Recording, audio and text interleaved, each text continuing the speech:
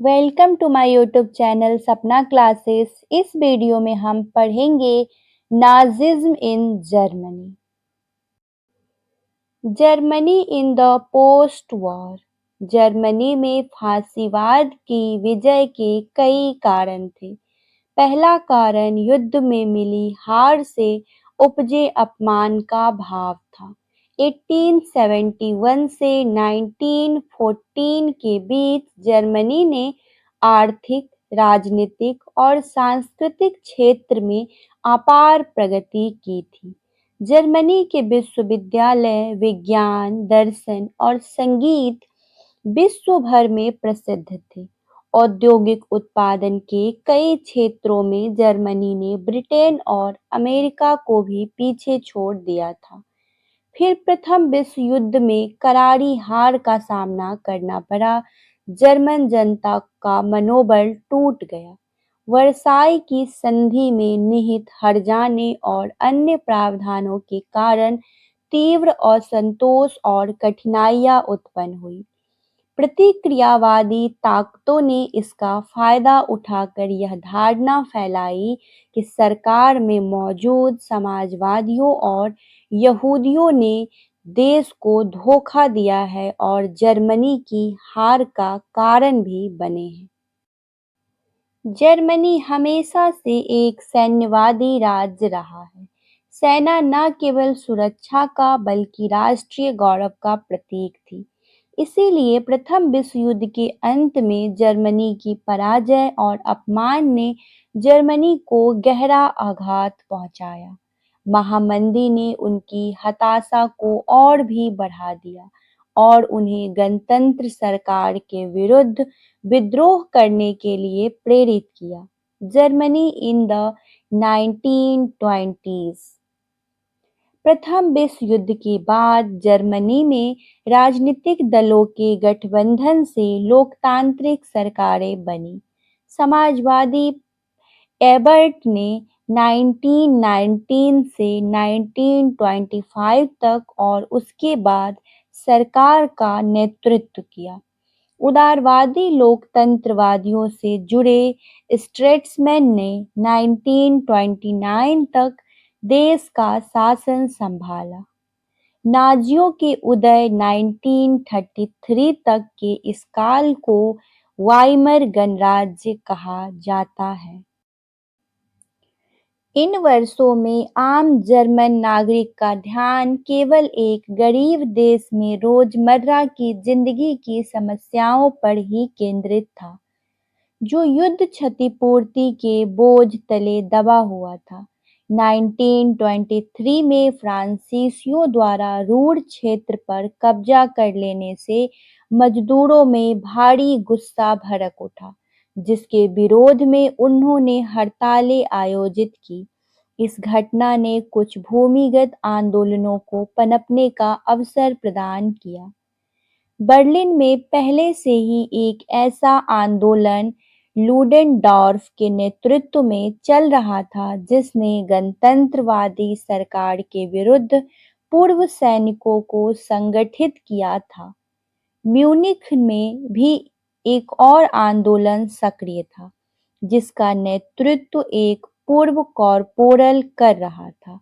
वह व्यक्ति Adolf Hitler था, जो national socialist German workers party का नेता था। इस तस्वीर में यह दिखाया गया है कि किस प्रकार हिटलर अपना प्रोपेगेंडा फैलाता था।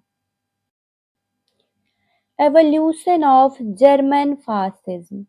प्रथम विश्व युद्ध के दौरान हिटलर ने बवेरिया की सेना में सेवा की। हिटलर के मन में यहूदियों और मार्क्सवादियों के प्रति जन्मजात घृणा थी। एक कुशल वक्ता होने के नाते वह श्रोताओं में जोश भर सकता था। 1923 में हिटलर ने बवेरिया में सत्ता हथियाने का असफल प्रयास किया। म्यूनिख के बाहरी इलाकों में राष्ट्रीय क्रांति के समय से पहले शुरुआत करने के कारण उसे जेल जाना पड़ा। जेल में रहने के दौरान उसने अपनी आत्मकथात्मक पुस्तक मीन कम्फ मेरा संघर्ष पर काम किया, जिसमें उसके राजनीतिक विचार शामिल थे। 1929 में दो ऐसी घटनाएं घटी जिनसे जर्मन सरकार की कमजोरी उजागर हुई। स्ट्रेट्समैन की मृत्यु हो गई और देश में राजनीतिक शून्य पैदा हो गया। न्यूयॉर्क स्टॉक मार्केट के पतन से उत्पन्न आर्थिक मंदी ने अमेरिका को जर्मनी से लिए गए ऋणों को जब्त करने के लिए प्रेरित किया। 1931 तक वैश्विक आर्थिक मंदी ने पहले से ही कमजोर जर्मनी को बुरी तरह प्रभावित कर दिया था। 1932 के राष्ट्रपति चुनाव में कम्युनिस्ट पार्टी को लगभग 60 लाख वोट मिले। चिंतित पूंजीपति और संपत्ति मालिक फासीवाद का समर्थन करने लगे। हिटलर ने इस अवसर का लाभ उठाकर सत्ता हथिया ली। The Third Reich. जर्मनी में कम्युनिस्ट सरकार गिर गई क्योंकि कम्युनिस्टों ने सोशल डेमोक्रेट्स के साथ सहयोग करने से इनकार कर दिया था। इसके बाद उद्योगपतियों, बैंकरों और जंकरों ने राष्ट्रपति वॉन हिंडेनबर्ग पर दबाव डालकर 1933 में हिटलर को चांसलर नियुक्त करवाया, इस उम्मीद में कि वे उसे नियंत्रित कर सकेंगे। हिटलर के नाज़ी शासन, जिसे तृतीय रेह के नाम से जाना जाता है, ने प्रथम विश्व युद्ध के बाद जर्मनी में स्थापित संसदीय लोकतंत्र का अंत कर दिया। हिटलर ने वाइमर रिपब्लिक के झंडे की जगह नेशनल सोशलिज्म के स्वास्तिक बैनर लगा दिए।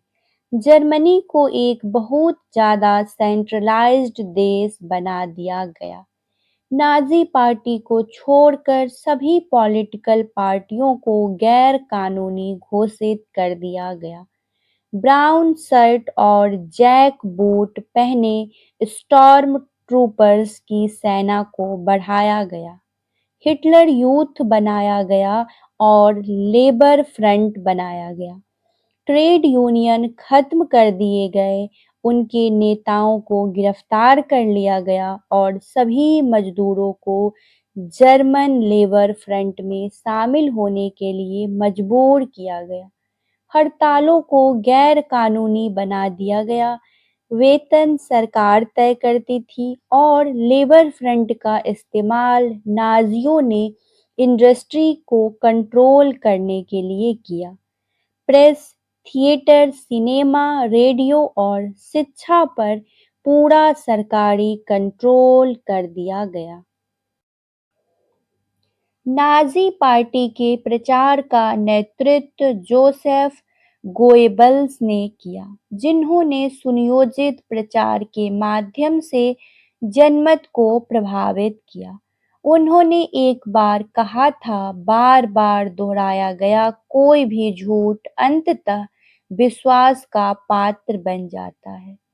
गेस्टापो या गुप्त राज्य पुलिस का गठन और संचालन हिटलर द्वारा किया गया था, जो हिटलर के चुनिंदा अंगरक्षकों को नियंत्रित करता था। Nazi policy towards Jews. दमनकारी उपायों के साथ साथ हिटलर की सरकार ने यहूदी लोगों के दमन की नीति अपनाई। यहूदियों को सरकारी पदों से हटा दिया गया, विश्वविद्यालयों में प्रवेश से वंचित कर दिया गया और उनकी नागरिकता छीन ली गई। यहूदी व्यवसायों को बंद कर दिया गया और उनके प्रतिष्ठानों पर हमले किए गए।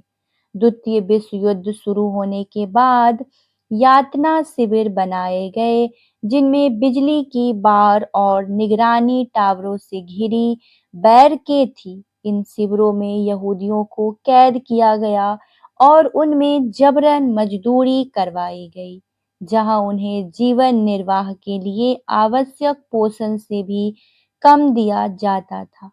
बाद में उन्हें संघार शिविरों में बदल दिया गया, जहां यहूदियों को मारने के लिए गैस चैम्बर जैसे औद्योगिक हत्या के साधनों का इस्तेमाल किया गया। अनुमान है कि यूरोप में लगभग 60 लाख यहूदियों को नाजियों द्वारा अंतिम समाधान कहे जाने वाले अभियानों में मार डाला गया।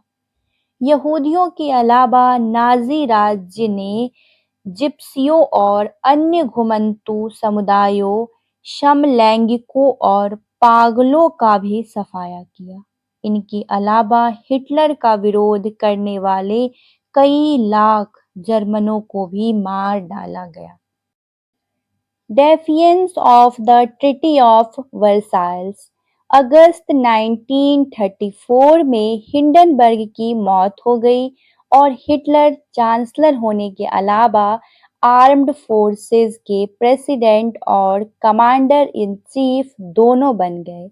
1938 तक नाजी पार्टी ने आर्मी पर अपना कंट्रोल और मजबूत कर लिया था।